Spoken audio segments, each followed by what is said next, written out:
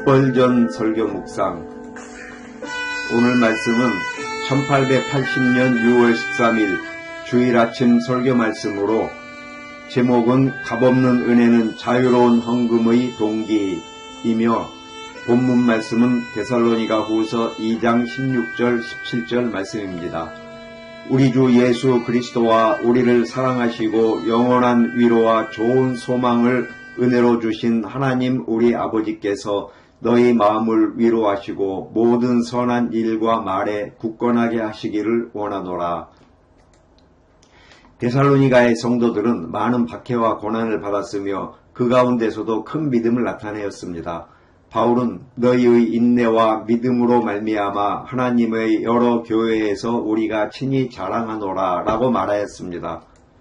외부로부터의 고난도 모자라 그들 가운데에는 성급한 교사들이 일어나 그리스도의 날이 곧 임한다고 주장하였습니다. 주의 오심은 교회의 가장 위대한 소망인데 하나님의 진리를 왜곡하고 오염시키는 오류의 엄청난 힘을 보여주는 한 증거는 우리에게 가장 밝은 위로가 되어야 할 이 소망이 왜곡되어 성도들을 마음이 흔들리게 하고 근심하게 만든다는 사실입니다. 그러나 데살로니가 성도들에게는 실제로 그런 일이 있었던 것으로 보입니다. 그들은 세상의 종말이 곧 임한다는 생각 때문에 심지어 생업까지도 소홀히 하였습니다.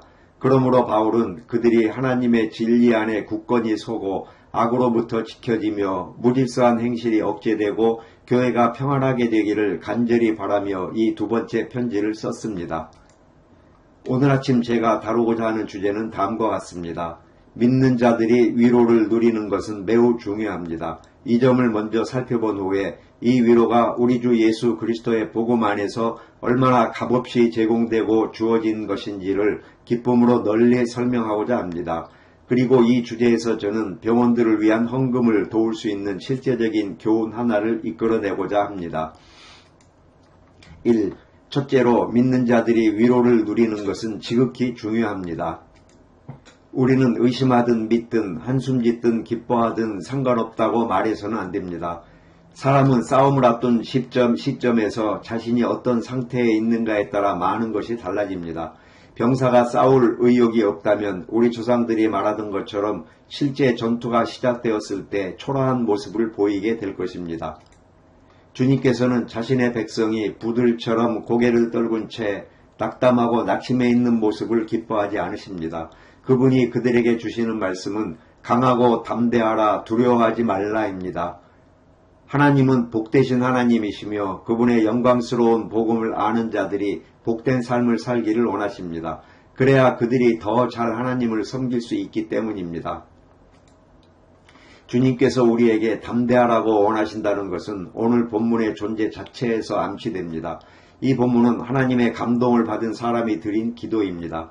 바울은 단지 형제의 사랑의 마음으로 이 기도를 기록한 것이 아니라 성령의 인도하심 아래 우리 주 예수 그리스도와 우리 아버지 하나님이 친히 너희 마음을 위로하시고 모든 선한 일과 말에 굳게 하시기를 원하노라고 썼습니다. 이방인의 사도로서 풍성한 가르침과 깊은 경험을 가진 바울이 이처럼 간절히 염려한 것은 우리가 가볍게 여긴다면 이것은 큰 불경이 될 것입니다. 바울은 이 기도를 매우 특별한 형태로 표현합니다. 그는 이렇게 씁니다. 이제 우리 주 예수 그리스도께서 친히, 과연 친히라는 이 단어가 꼭 필요했을까요? 이 단어는 매우 강조된 표현으로 보입니다. 바울은 주 예수께서 어떤 중개자나 다른 수단이 아니라 친히 직접 임하셔서 그들의 위로가 되어주시기를 간구하는 것처럼 보입니다. 우리가 위로받는 일이 이토록 중요한 까닭에 예수님 곧 우리 주 예수 그리스도께서 친히 당신 백성의 위로가 되어주시기를 바울은 간절히 구하고 있는 것입니다. 이뿐만이 아닙니다. 바울은 이어서 우리 하나님 우리 아버지께서도 라고 말합니다. 이는 마치 하나님 아버지께서도 친히 그의 백성을 위로하는 일을 맡으셔야 한다는 듯합니다. 그들이 안식을 누리는 일이 그만큼 절실했기 때문입니다. 이 기도는 주 예수님과 아버지 하나님 곧 하나이신 두 위격께서 고난받는 데살로니가 성도들의 마음을 위로하는 이 가장 필요하고 절박한 사역에 함께 임해 주시기를 구하는 것입니다. 이것은 바울이 이 서신의 서두에서 전한 엄숙한 축복의 말씀, 곧 하나님 우리 아버지와 주 예수 그리스도로부터 은혜와 평강이 너희에게 있을지어다 라는 표현을 떠올리게 합니다. 이 영감된 기도는 성도들이 위로로 충만해야 한다는 사실의 중요성과 필요성을 분명히 보여줍니다. 조금 더 나아가 3장 16절에서도 같은 소망이 다른 표현으로 나타납니다. 평강의 주께서 친히 때마다 일마다 너희에게 평강을 주시고, 평강의 주께 평강을 주시도록 간구하고 있습니다. 그리고 이것은 항상 주시기를 바라는 것입니다. 하루의 모든 시간, 해마다 모든 날, 인생의 모든 시기, 모든 장소와 모든 상황 속에서 평강이 필요합니다. 그 소망은 항상 모든 방법으로 너희에게 평강을 주시고 라는 넓은 표현으로 드러납니다. 사도는 그 강한 필요성의 한 가지 이유를 암시하는데 그의 표현은 너희 마음을 위로하시고입니다. 손이 강건한 것도 중요합니다. 어떻게 수고하겠습니까? 발이 견고한 것도 중요합니다. 어떻게 서 있겠습니까? 그러나 이것들은 건강한 마음에 비하면 부차적인 일입니다. 마음에 병이 들면 사람 전체에 해가 됩니다. 근원이 되는 셈에 문제가 생기면 생명의 흐름 전체에 곧 영향을 미치게 됩니다. 인간 전체가 마음에 달려있기 때문에 마음의 위로가 필요하며 그가 너희 마음을 강하게 하시리라는 약속이 얼마나 귀한 것인지 알 수 있습니다. 집이 어지럽든 몸이 병들었든 상관없이 너희는 마음에 근심하지 말라 하나님을 믿으니 또 나를 믿으라고 하셨습니다. 믿음이야말로 마음을 지탱하며 사람으로 하여금 압박 가운데서도 버틸 수 있게 합니다. 믿음, 오직 믿음만이 가능합니다. 마음이 하나님 안에서 기뻐하게 해달라고 구하십시오. 사랑하는 형제들이여, 이 확신은 조급함과 다른 악을 막기 위해 필요합니다. 어쩌면 몇몇 데살로니가 사람들로 하여금 주님의 즉각적인 재림을 전하게 한 것도 위로의 부족이었을지 모릅니다. 조급함이 바람을 불러일으켰고 그 바람이 단원으로 이어진 것입니다. 사람들이 복음의 분명한 교리에서 오는 현재의 위로를 잃어버리면 육적인 열정에 휩싸여 주님의 재림을 예언하며 추측에 빠지기 쉽습니다. 그들은 우리가 마땅히 해야 할 인내의 기다림을 떠나 성경 어디에도 권장되지 않은 열띤 예언으로 나아갔습니다. 그러나 자신의 마음이 하나님 앞에서 바르고 평안을 누린다면 주께서 오심이 오래 지연된다 해도 조용히 기다릴 수 있습니다. 게으름과 낙담은 많은 사람들로 하여금 어찌하여 그의 병과가 더디 오는가 하고 외치게 합니다. 마치 일하기 싫은 일꾼이 토요일 밤만 기다리는 것과 같습니다. 우리는 더 많은 수고를 위해 다시 힘을 내야 합니다. 주께서 우리의 생명을 길게 하시든 다시 오심이 지연되든 우리는 기꺼이 오래 참고 일할 수 있도록 영 안에서 위로를 받아야 합니다. 친구여, 만일 당신이 주의 날을 조급히 기다리고 있다면 마음의 위로가 당신을 시켜주기를 기도합니다. 내일 아침 가게 셔터를 올리고 마치 그리스도께서 전혀 오지 않으실 것처럼 상품을 팔며 일하십시오. 만일 그분이 오신다 해도 당신이 당신의 소명을 따라 일에 충실하다면 오히려 그분을 뵐 준비가 더 잘 되어 있을 것입니다. 만일 내가 주께서 내일 오신다는 것을 안다고 해도 나는 평소에 월요일 업무를 계속 수행할 것이며 어떤 경우에도 그 일을 제쳐두고 창가에 서서 기이한 일을 바라보지는 않을 것입니다. 같은 일을 계속 반복하고 같은 길을 정직하게 걷는 것은 마음이 하나님께 고정되어 있지 않으면 불가능합니다. 마음이 예수님 안에서 안식하지 않으면 새로운 것들을 쫓아다니게 될 것입니다. 그러므로 본문의 경건한 기도는 우리 아버지 하나님과 우리 주 예수 그리스도께서 친히 우리의 마음을 위로하시고 모든 선한 말과 일에 우리를 굳건히 세워주시기를 구하고 있습니다. 다시 한번 말하자면 이 위로는 매우 바람직한 것임이 분명합니다. 의심과 불안은 우리를 주님의 일에서 멀어지게 하지만 그분이 우리에게 안식을 주실 때 우리는 기꺼이 그분의 명예를 매게 되고 그 안에서 우리 영혼을 위한 더 깊은 안식을 발견하게 됩니다. 우리 마음이 노래할 때 우리의 손은 수고하며 우리는 우리의 구속자 되신 주님을 위해 아무리 많은 일을 해도 부족함을 느낍니다. 기쁜 마음으로 우리는 우리를 사랑하사 우리를 위하여 자신을 주신 그분께 살아있는 제물로 자신을 드립니다. 우리는 기쁨을 누릴 수 있는 풍성한 이유를 가지고 있습니다. 왜냐하면 아버지께서 친히 우리를 사랑하시며 그리스도 예수 안에서 우리에게 영원한 위로를 주셨기 때문입니다. 그러므로 우리는 성령의 이 위로들을 무시하는 어리석음과 배은망덕을 범하지 말아야 합니다. 만일 식탁이 풍성하게 차려져 있다면 왜 우리가 굶주려야 하겠습니까? 만일 샘물이 그렇게 자유롭게 흐르고 있다면 왜 우리가 목말라야 하겠습니까?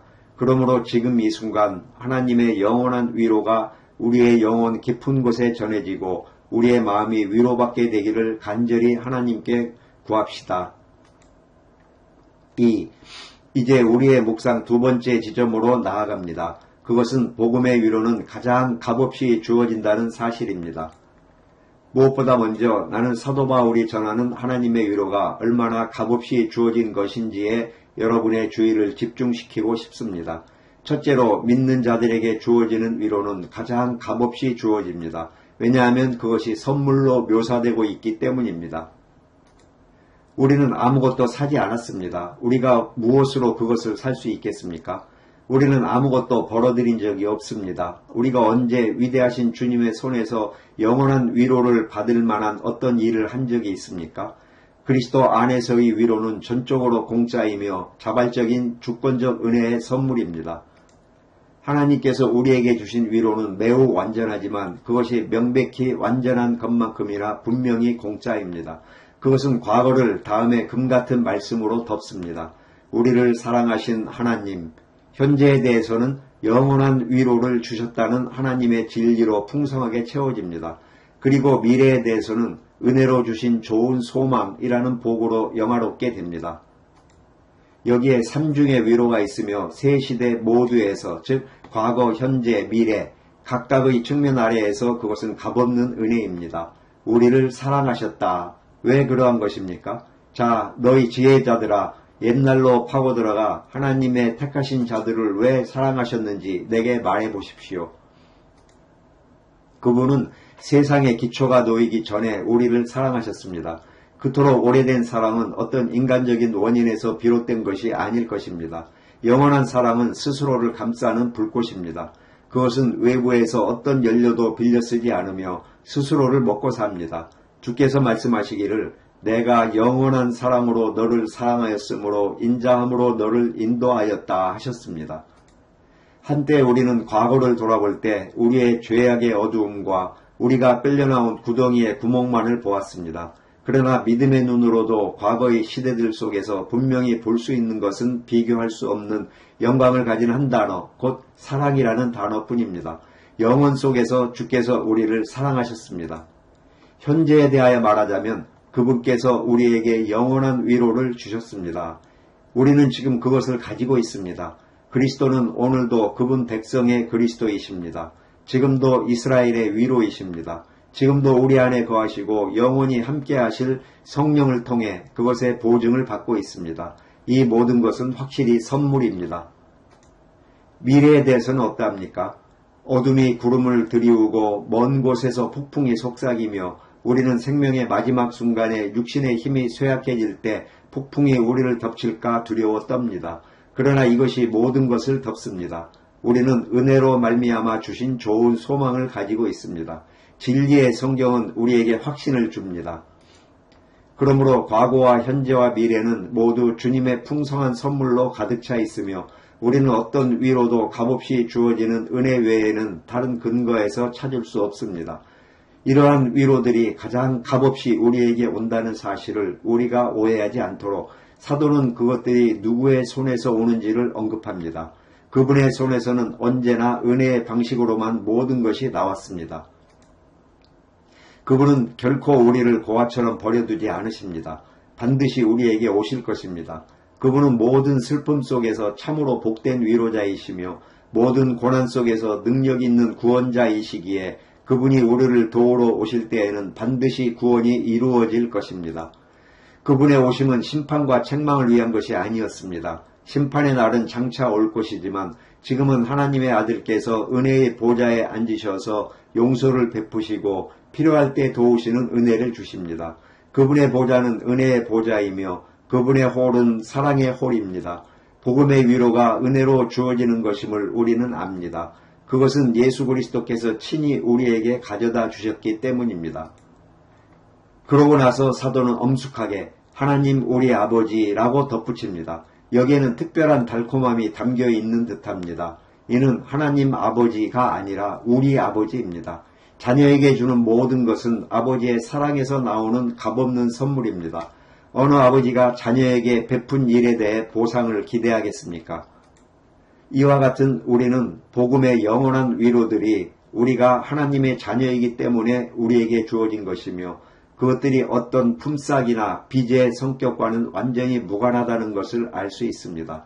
이 위로들은 우리가 간구할 때 좋은 것을 주시기를 기뻐하시는 위대한 아버지의 자발적인 선물로서 가장 값없는 방식으로 우리에게 주어집니다. 본문을 다시 보십시오. 바울이 한 가지 점에 대해 얼마나 명확하게 말하고 있는지를 알 수 있습니다. 하나님의 고난받는 백성에게 주시는 위로가 얼마나 값없이 주어지는지를 우리가 분명히 알도록 하기 위해 그는 이렇게 기록하였습니다. 우리 주 예수 그리스도와 우리 아버지 하나님이 우리를 사랑하사 하나님의 사랑이 곧 우리 위로의 기초입니다. 하나님께서 나의 연약함을 돌보신다는 것은 이해할 수 있습니다. 그러나 하나님께서 나를 사랑하신다고 들을 때 나는 거룩한 놀라움으로 가득 찹니다. 나를 사랑하신다고요? 성령께서 사랑하실 만한 것이 내 안에 무엇이 있단 말입니까? 형제자매 여러분, 예수님께서 여러분에게 마음을 두실 만한 것이 여러분 안에 무엇이 있습니까? 우리는 스스로를 만든 것이 아니라 주께서 우리를 지으셨습니다. 그런데 토기장이가 자기의 진흙을 사랑한단 말입니까? 그가 깨진 그릇을 구원하기 위해 죽겠습니까?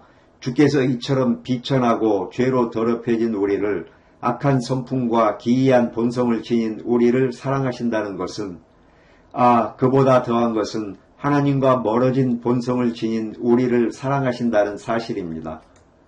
주 우리 하나님께서 우리를 사랑하신다는 것, 그리스도께서 우리를 사랑하셔서 실제로 우리를 위해 죽으셨다는 것은 참으로 놀라운 일입니다.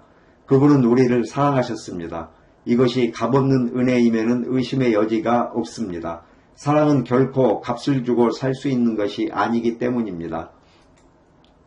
사랑은 시장에 나오지 않으며 값이나 흥정 같은 것은 알지 못합니다. 사랑은 어떤 대가도 없이 고용되거나 매수되지 않고서 나아가야 합니다. 그렇지 않으면 사랑이 아닙니다.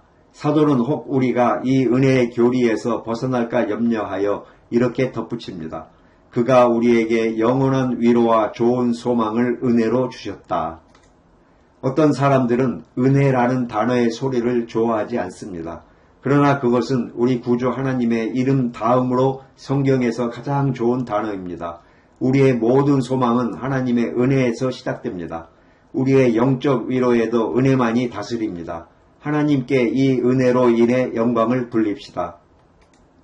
그리스도인의 성품을 아름답게 하는 모든 선한 행위는 하나님의 은혜의 결과이지 그 원인이 아닙니다. 우리가 하나님을 섬기기 때문에 은혜가 주어진 것이 아니라 하나님을 섬기도록 만들기 위해 은혜가 주어진 것입니다. 이 주제의 이 부분을 마무리하며 한 가지 덧붙이자면 이것이 바로 하나님께서 우리에게 주시는 위로가 영원한 위로인 이유입니다. 이 영원한이라는 단어를 깊이 생각하십시오. 우리는 이 단어에 너무나도 깊은 개인적 이해관계가 걸려 있어서 그것이 시대적인 한정된 기관의 등 어떤 보잘것없는 의미로 희석되도록 내버려 둘 수 없습니다. 하나님께서 우리에게 주신 위로는 영원한 위로입니다. 그것이 영원한 이유는 하나님의 은혜에 기초하고 있기 때문입니다. 우리의 모든 위로가 그리스도 예수 안에 있는 하나님의 주권적인 은혜에 기초하고 있다면 그것이 사라질 이유는 아무것도 없습니다. 왜냐하면 하나님은 변하지 않으시며 영원토록 동일하시기 때문입니다. 3. 지금까지의 내용을 정리하고 이제 마지막 실천적인 결론에 이르렀습니다. 하나님의 사랑의 이 위로가 우리에게 이처럼 값없이 주어졌으므로 우리는 거룩한 자비의 삶으로 나아가야 합니다. 하나님께서 우리에게 그처럼 값없이 주셨으므로 우리도 다른 이들에게 아낌없이 베풀어야 합니다. 하나님께서 무한한 관대함으로 우리에게 넘치게 주셨듯이 우리도 우리가 접하는 모든 이들에게 우리의 능력이 허락하는 한도 내에서 사랑과 친절과 긍휼로 풍성히 대하여야 합니다. 형제자매 여러분, 말과 행위를 함께 실천하시기 바랍니다. 모든 선한 일은 우리의 지지를 받아야 하며 우리가 할 수 있는 한 최대한의 도움을 드려야 합니다. 우리 모두는 직접적이고 실질적인 도움을 드려야 합니다. 우리 주님께서는 말로만 사랑하신 것이 아니라 행함과 진실함으로 사랑하셨기 때문입니다. 자기 소유를 가지고 자기 뜻대로 하지 않겠습니까? 은혜로 가득한 마음이 선을 행함으로써 자신을 더 기쁘게 할 수 있는 방법이 또 무엇이 있겠습니까? 왕에게 드리는 것처럼 드리십시오. 우리는 결코 평범한 것을 왕에게 드리지 않습니다.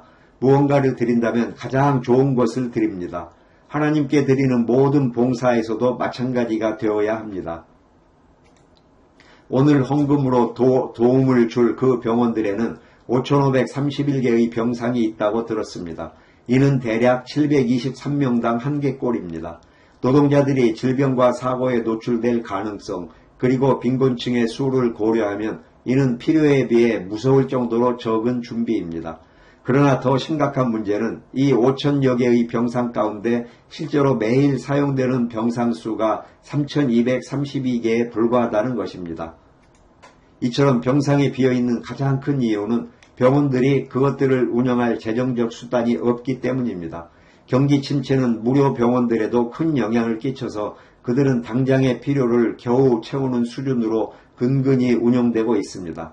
이는 세계에서 가장 부유한 도시 중 하나로 불리는 이곳에 걸맞지 않는 부끄러운 현실입니다. 제 마음속에서 매우 강력한 호소로 다가오는 것이 바로 그 빈 병상들입니다. 무려 2,000개나 되는 병상이 그대로 놓여 있습니다. 고통받는 이들에게 희망의 자리가 될 준비가 되어 있는데도 말입니다. 그러나 안타깝게도 그 병상들은 사용되지 못하고 있습니다. 환자들에게 음식과 영양을 공급할 재정이 부족하기 때문입니다. 참으로 슬픈 현실입니다. 사랑하는 여러분, 하나님께서 여러분에게 이 세상의 재물을 맡기신 만큼 병원을 돕는 일에 힘써 주시기를 간절히 부탁드립니다. 저는 여러분이 하나님의 값없는 은혜의 교리를 믿는 분들이시기에 더욱 담대하게 이 부탁을 드릴 수 있습니다. 거저 받았으니 거저 주십시오. 이제 여러분이 드리는 헌금을 주님께서 기쁘게 받으시기를 바랍니다. 여러분의 금과 은이 울리는 소리가 벌써 들리는 듯합니다. 여러분은 긍휼의 사역에 열심이시기 때문입니다. 헌금을 걷는 이들이 조금 빠르게 움직이고 있지만 저는 그들을 말리지 않겠습니다. 말에서 행동으로 신속히 옮기는 것은 제 설교를 마무리하기에 아주 적절한 일입니다. 그렇게 하실 때 하나님께서 여러분에게 복 주시기를 바랍니다. 아멘.